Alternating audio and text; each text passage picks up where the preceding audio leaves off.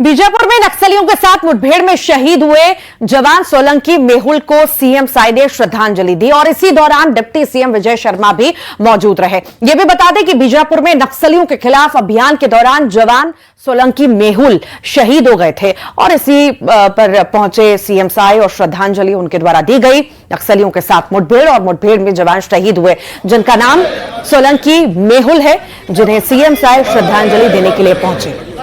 Deputy CM की भी मौजूदगी रही, विजय शर्मा भी मौजूद रहे। ये भी जानकारी दे दें कि बीजापुर में नक्सलियों के खिलाफ अभियान के दौरान जवान सोलंकी मेहुल शहीद हो गए थे। शहीद सोलंकी मेहुल भाई अमर रहे, अमर रहे।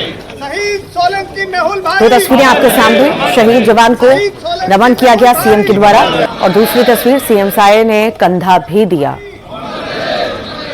फोटो आगे मत आइए। फोटो सोलंकी मेहुल भाई नंदलाल जी का शहादत व्यर्थ नहीं जाएगा। उन्होंने राष्ट्र सेवा में अपना बलिदानी दी है। जरूर छत्तीसगढ़ के बस्तर क्षेत्र में शांति स्थापित होकर रहेगी।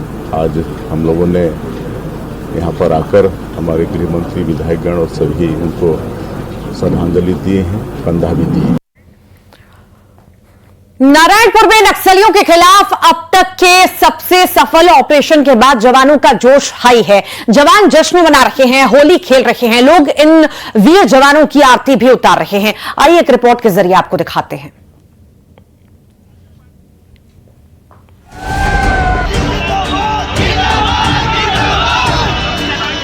मई के महीने में रंग गुलाल उड़ रहे हैं, होली मनाई जा रही है। ये जीत का जश्न है। ये जश्न नक्सलवाद के खिलाफ लड़ाई में मिली अब तक की सबसे बड़ी सफलता का है। ये जश्न नक्सलियों के सबसे बड़े लीडर बसवराजू को ढेर करने का है। ये जश्न नक्सलवाद के ताबूत में आखिरी कील ठोकने का है। ये जश्न नारायणपुर के अबुझमाड़ में हुए अब तक के सबसे सफल नक्सल ऑपरेशन का है। इस ऑपरेशन में सुरक्षा बलों ने 27 नक्सलवादियों को मार गिराया है, जिसमें नक्सल संगठन का महासचिव बसवराजू भी शामिल है।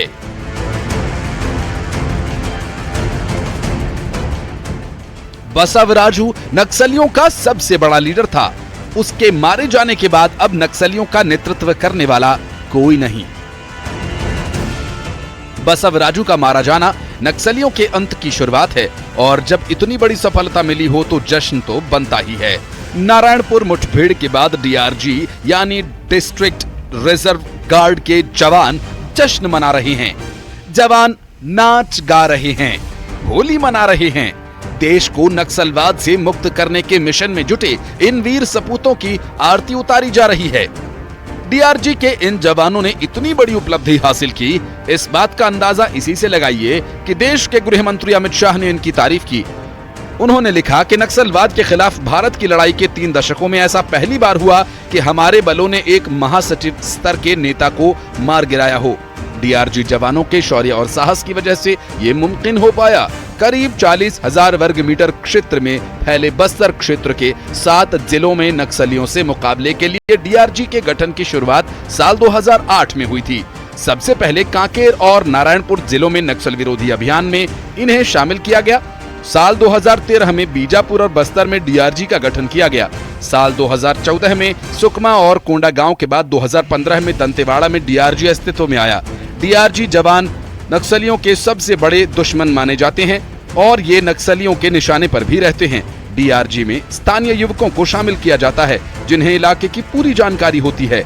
डीआरजी के कई जवान सरेंडर कर चुके नक्सली होते हैं। स्थानीय होने की वजह से यहाँ की संस्कृति और भाषा से भी परिचित होते हैं। आदिवासियों से जुड़ाव होने के चलते नक्सलियों से मुकाबले के लिए उनका सहयोग आसानी से हासिल भी कर लेते हैं।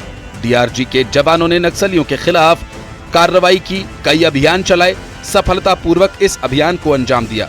ये नक्सलियों की गुरिल्ला लड़ाई का उन्हीं की भाषा में जवाब देते हैं और अब